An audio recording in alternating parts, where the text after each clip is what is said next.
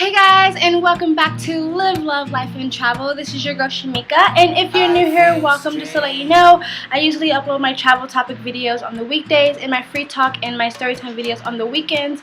So if you're interested, please hit that subscribe button. First of all, sorry if my energy is a little bit low. I am battling with a raging headache right now, but this show must go on. So today's topic of discussion, or today's video, is going to be about how to find a place in Chiang Mai for long-term travel and long-term stay.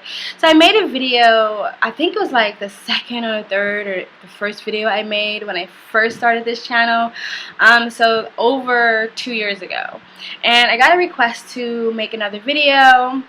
Instead of simply just sort of sending this person a link, I was like, okay, I'll make an update video because it was like a long time ago.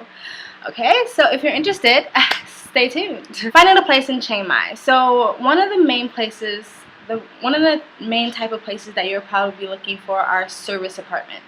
Service apartments is basically just a move-in ready apartment, which means it's furnished and all the utilities are already hooked up. So all you gotta do is move in and drop off your bags. There's nothing else that you have to do. My advice when it comes to trying to find a place here in Chiang Mai is time.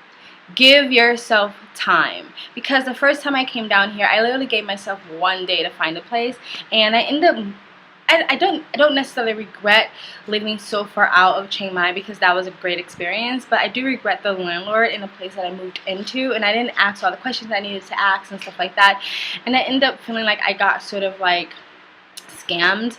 So I say give yourself time so you're not in a rush and you're not just picking out a place out of desperation or fear that you're running out of time or whatever. So I would say give yourself a minimum of a week to 2 weeks to find a place. So have enough money, get yourself a hostel, a guest house, or an Airbnb, and give yourself a week to 2 weeks, 10 days, so you can take your time and actually find the place that you really want, and so you can ask all the questions that you want to ask. So you might be asking, what questions, Shamika, is there to ask when you're moving in? So the thing that I found out especially the thing that I regretted when I first moved into an apartment here in Chiang Mai is that there can be hidden fees and add-ons that they don't tell you about when you're signing on the dotted line. So ask if there are any hidden fees. Ask if there are any extras that you have to pay for that you may think is included, but it's not actually included, like the pool, the gym, the cable TV, stuff like that. Ask them if that's extra. The Wi-Fi.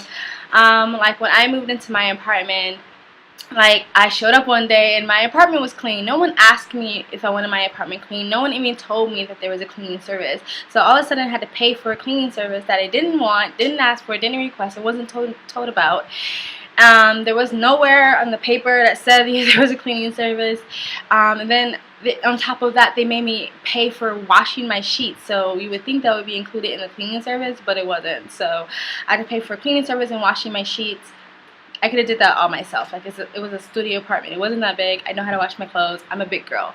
And then there was like water in like the general area, like not my own personal water. This a bottle of water in the general area, and then like they made me pay for that. Like, oh, you have to help pay for this water. No one told me about that. I don't even know if that was true.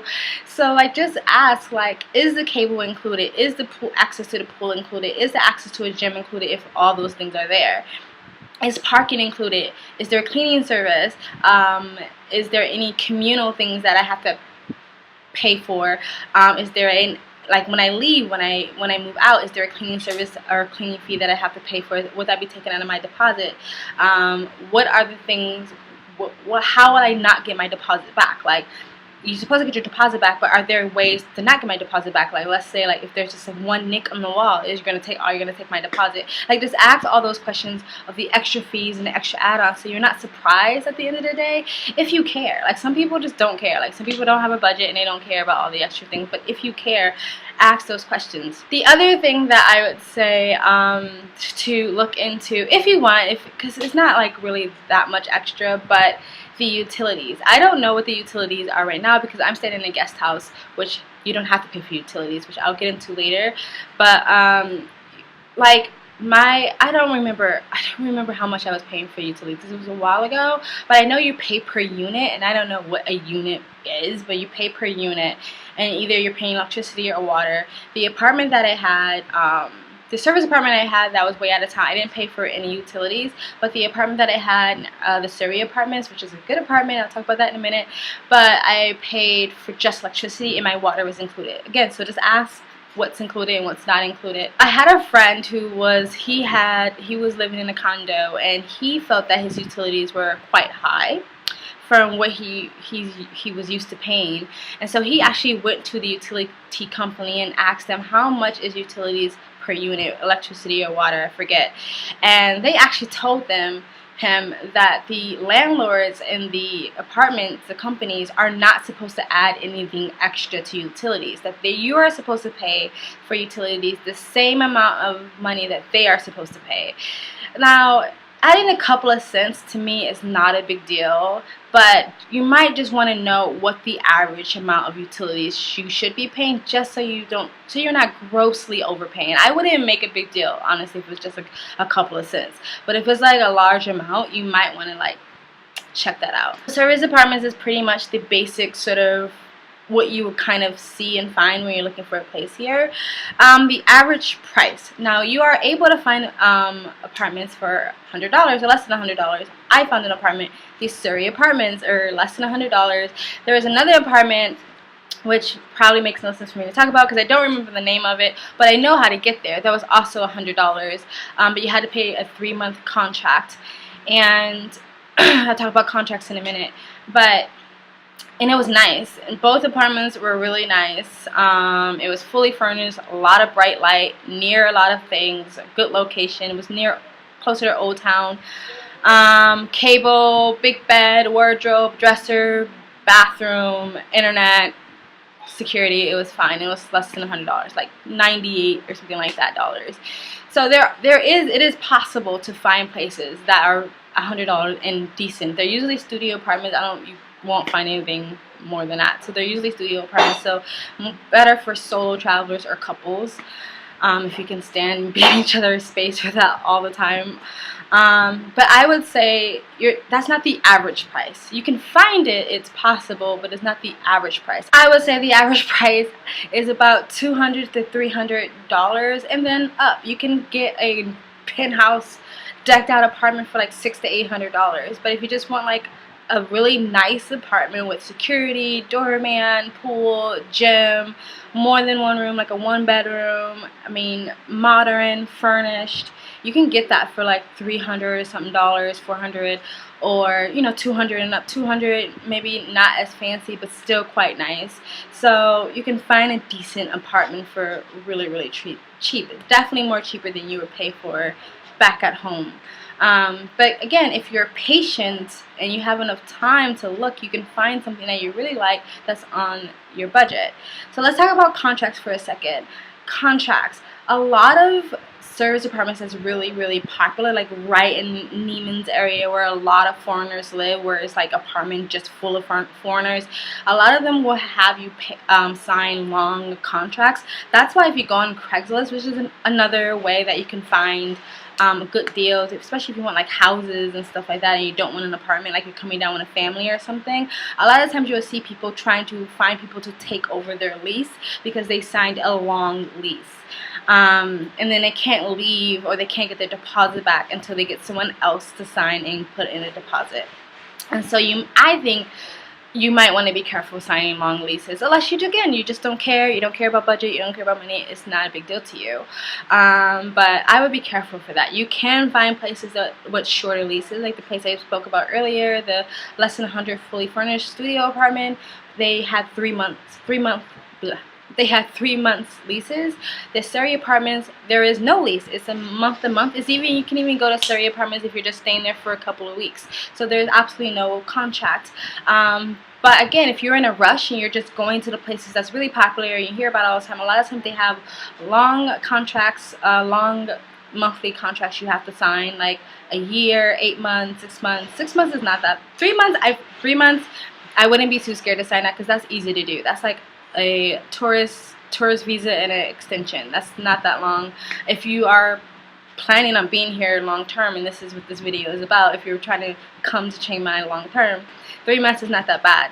I wouldn't be scared to sign a 3-month contract, but longer than 6 months, just be careful. And also a lot of these really popular tourist, like foreigner expat service apartments will also ask you for really big deposits.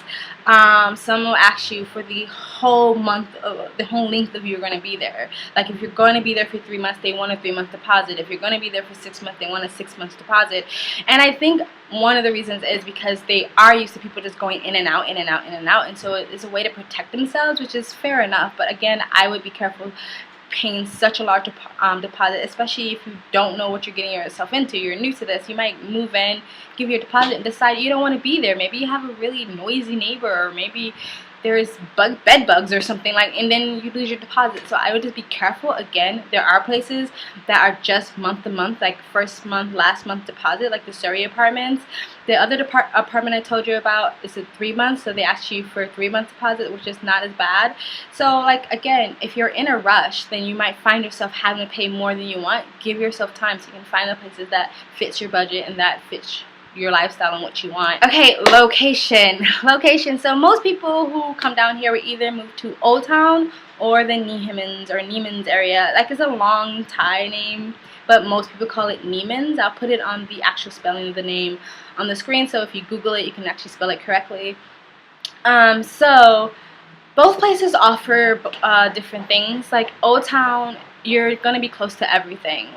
There's there's gonna be shops and cafes and stores and restaurants and bars and 7-Elevens everywhere. You're also going to be close to all the touristy things. In low season, it's really not that big of a deal. High season, it can become annoying because there's people everywhere, there's noise everywhere, and the prices go up during high season. So if you're in a touristy area, you might find yourself having to pay for more than usual on a high season. But again, I mean, it's doable. It's not that big of a deal, but it really depends on what you're looking for. Neiman's area is less of a touristy area. More locals, like middle, upper class, or students, locals live in Neiman's, or foreigners. It's less of a touristy place. You'll see less tourists there. So it's less tourists around, it's less touristy, and it's less just noise, just went on during high season, and the prices kind of stay stable, high season or low season. The prices are going to be a little bit more just because Neiman's is sort of a middle class, upper class neighborhood, so you are going to be paying more for apartments and just for things in general. So that's Neiman's area. Now you can move out of town, and there are service apartments available, but you're gonna just find less options. So if you move really out of town, you might have to just move into a regular apartment. That means furnishing it yourself or hooking up your own utilities. Again, there are service apartments out of town. It's just less options. And if you're coming down here during high season, it might be harder to find a place if you're moving out of town. But the one good positive moving out of town is that you're away from a bunch of foreigners and you're away from a bunch of tourists. And if you want a more authentic experience, that might be something that you want. If you want to be around more locals, if you want to challenge yourself to learn Thai, it might be better for you because they're not catering to locals, so they don't care whether they don't put things in English. So you have to kind of try harder to get around. So how do you actually find those apartments? I don't have a magic list or magic phone number for you to call and get the whole list of apartments and stuff like that. It really is just putting foot to ground and just going from apartment to apartment to apartment and just looking. Google, do your research. Go on Google. If you Google apartments in Chiang Mai, long-term service apartments in Chiang Mai, service apartments in Neiman's, stuff like that, you will run into realtor websites and stuff like that. You can make a list, write them all down, Google, go on YouTube, go on Reddit, wherever you need to go on Lonely Planet, go on all the websites, ask around, look around, write a list of places down, get on a motorbike. I mean, it's going to be more expensive if you take a tuk-tuk or a red car, but whatever, just go from place to place to place, scratch out, process of elimination, and then you'll figure out where you need to go. Again, my biggest advice is just give yourself time, and so you can look and see what you really want. So you can hire a realtor to find you an apartment. You can do that, but it's going to cost you more money. Again, if you don't care about that, that's fine. But if you do, just know that you can do that, and it'll be easier for you. It's less work for you, but it's going to cost you money because you have to pay the realtor. There's Craigslist. You can go on Facebook. If you go on like Chiang Mai, if you type in Chiang Mai on Facebook, it'll bring up all these groups that you can join, and some of them are like, they will place ads for rent and stuff like that. The other type of place that you might want to think about moving into are guest houses. The upside to moving into a guest house is that it's move-in ready, it's furnished, and you don't have to pay for utilities, you don't have to pay for Wi-Fi. Everything is pretty much included in the price. The only thing about guest houses is that you might find it harder to find something that is in your budget, but I did, so it's possible. It's better, like it is easier to do it during low season because they don't have as many people, and so they'll be more willing to give you a deal, a monthly deal. And a lot of times guest houses will already say that they have daily, weekly, and monthly rates. So if you find guest houses that already say that, it's easier. But sometimes you literally just have to go and ask. You know, maybe stay there for a couple of nights and then walk up to them casually and say, hey, do you have any monthly deals, monthly discounts, you know, in a friendly way?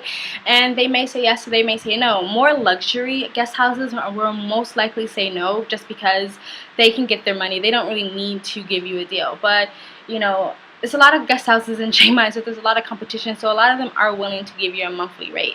So just ask around, and that's, like I said, the upside to guest houses is that there are no utilities to pay for. The Wi-Fi is free. It is fully furnished. The only thing is, like, it's usually just a room and maybe a bathroom that's connected, or a shared bathroom, but you don't have a kitchenette, you don't have these things, but you can bring those things in. Like, a lot of times they're fine if you bring like a cooker in, or all those things in, so you can make your own kitchenette if you want to. So it has less of an apartment and homey feel. But if you are someone who's like, look, I don't want to deal with utilities, I don't want to deal with these things, I want something more quick and easy, then a guest house might be a good option for you. Just know it might be harder to find something that's in your budget if you have a really tight budget. I mean, really tight. But if you have a budget that has some wiggle room, then guest houses might be an option for you. And again, it really is just doing your research, writing some things out, going to the place where all the guest houses are. You'll find more guest houses in Old Town than you'll find in Neiman's or out of town. So just walk around and look and ask, and just, like, again, give yourself time so you can do these things. So yeah, the only apartment that I can really recommend is the Surrey Apartments. I love the Surrey Apartments because it's really like right off of Neiman. So if you actually tuck the Surrey Apartments and placed it across the street, like the rent will probably be like triple. Like, so you're like right near the little middle class enchilada of Chiang Mai, but you're paying still very much local prices. So it's like a 5-minute walk from Neiman's, a 5-minute walk from Maya Mall, and then if you jump on a bike or Songkran or Tuk Tuk, it'll be in Old Town in 7 or 5 minutes. So you're kind of in a really good location. The location where Surrey Apartments are, the neighborhood itself, is such a great mix of Western comforts and Thai stuff. So you don't feel like you're so surrounded by just Western things, because if you walk out of your room, there's still Thai, local street foods and fruit stands and laundromats and restaurants and all those things, but then you have your cute little Western hipster cafes and bars and stuff like that. So I feel like it's a really good mixture, and it's everything you want is like right there. You really don't have to go anywhere, which is a good and a bad thing. The Surrey Apartments itself is about $98. She does have 2 apartments. The second apartment is newly built. Well, it's not newly built, it was built like maybe 2 years ago. So it's still kind of new, and I think that apartment is like a little bit more over $100. But her original apartment, which is still was newly renovated like a year or so ago, they're all studio apartments, so it's perfect for solo travelers or couples. Less than $100 with utilities, maybe $110, $120. You get free communal Wi-Fi, which can be a little spotty, so you might just go to a cafe to work. If you're a digital nomad, you can also pay for more direct Wi-Fi, which is an extra 600 baht a month. It's a security pad, parking, fully furnished studio, bathroom, wardrobe, bed, refrigerator, table, mirror, big windows, huge big windows, tons of natural light, which I could use right now because it's getting freaking dark in here, with a screen and blackout curtains. So if you sleep or if you want it open and you want the fresh air, there's no bugs coming in. Just like, it's nothing special. Like, it's no pool, it's no gym, it's none of those things, but it's like everything you need, and it's decent and it's nice, and it's like less than $100. The landlord, Surrey, she's amazing. She's not someone who breathes down your neck. There are no hidden fees. She's just decent. She's just chill. She's laid back. And yeah, and it's a month to month. There is no contract. It's first and month last rent for deposit. And if you just want to stay there for 2 weeks, you can. You still have to pay a full month deposit, but when you leave, she'll give you the difference in your deposit back. I had no problem getting my deposit back. I got it back like that. So I very much recommend Surrey Apartments. The reason why I'm not there now is because the people that let me stay here, they are so good to me that like this is kind of like, they're like my like, what do they call, like my comfort blanket or whatever, I don't know. But if they were somehow ever not available, that I would probably very much go back to Surrey Apartments, and I might even go back there anyway my next time around. But because she's getting really popular, she does tend to get full quite quickly, especially during high season. So I mean, just no, she might not have any spaces available, but if she doesn't, feel free to just write your name down on the waiting list, and so you can get yourself replaced, because it's, trust me, it's a really, really good deal, and that's why she gets full so quickly. Just a tip, like I said, she has 2 buildings. One building is a mixture of Farang, which is foreigners, and Thai, and the other building is mostly foreigners, and it is more expensive. That building, and when I say more expensive, I say like maybe $30 more or whatever. Also, most of the rooms, they're a bit bigger, and the bathrooms are better in the newer apartment. But most of the rooms don't have a fan. They just have an AC, and it's hot in Thailand, so you will be running that AC all the time, and your bill will be like triple the amount it would be if you ran a fan. A fan is fine. The old apartment, if you have the fan on and that big window open, you don't really need anything else, and you can also buy yourself another fan, and your utility bill to be so much cheaper. So I would try, if you had a choice, I would go into her older building because it's just cheaper, if you care about those things, if you're on a budget. Also, there's the choice to stay at an Airbnb, but to be honest, I think they're quite expensive, and you can find something that's just as nice for cheaper. But if you just want the convenience, you can book an Airbnb ahead of time before you come down to Thailand, to Chiang Mai, and you can stay there for like a couple of days, and if you like it, you can get in direct contact with the owner and see if you can make a month-to-month deal with them.